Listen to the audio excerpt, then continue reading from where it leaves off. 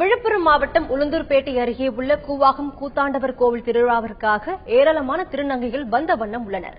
கல்வி, வேலைவாய்ப்பு ஆகியவற்றில் தங்களுக்கு 3% இடஒதுக்கீடு வழங்க வேண்டும் என்று திருநங்கைகள் அரசுக்கு கோரிக்கை வைத்துள்ளனர்.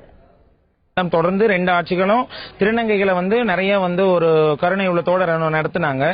ஆனால் எங்களுக்கு எல்லாருக்குமே என்ன வருத்தம் அப்படின்னு பாத்தீங்கன்னா, திருநங்கைகள் மாறி மாறி 2 கட்சிகளுடைய ஆதரவாளர்களாகவும் தமிழ்நாடு முழுக்க இருக்காங்க. குறிப்பா நான் சொல்ல வர்றது என்ன அப்படின்னு பாத்தீங்கன்னா, இந்த 2 மாபெரும் கட்சிகளும் இந்த தேர்தல் அறிக்கையில வரப்போற 2016 பொது தேர்தலுக்கான தேர்தல் அறிக்கையில திருநங்கைகளை பற்றி எந்த ஒரு நலத்திட்டங்களும் தேர்தல் அறிக்கையில குறிப்பிடப்படல. இது எங்களுடைய திருநங்கைகள் சமுதாயத்துக்கு மிகப்பெரிய ஏமாற்றத்தை தருது. எங்களுக்கான இடஒதுக்கீடை நாங்க பெரிய அளவில் எதிர்பார்த்துட்டு இருக்கோம். இடஒதுக்கீடு ஒன்று இருந்தா எங்களுக்கு கல்வியில, வேலை வாய்ப்புல, சுய தொழில மற்ற எல்லா விஷயங்களும் எங்களுக்கான ஒரு முன்னுரிமையை நாங்களே அரசாங்கத்திடம் ஆதரித்து வழக்காடி பெற முடியும் அப்படிங்கிற ஒரு நம்பிக்கை இருக்கு.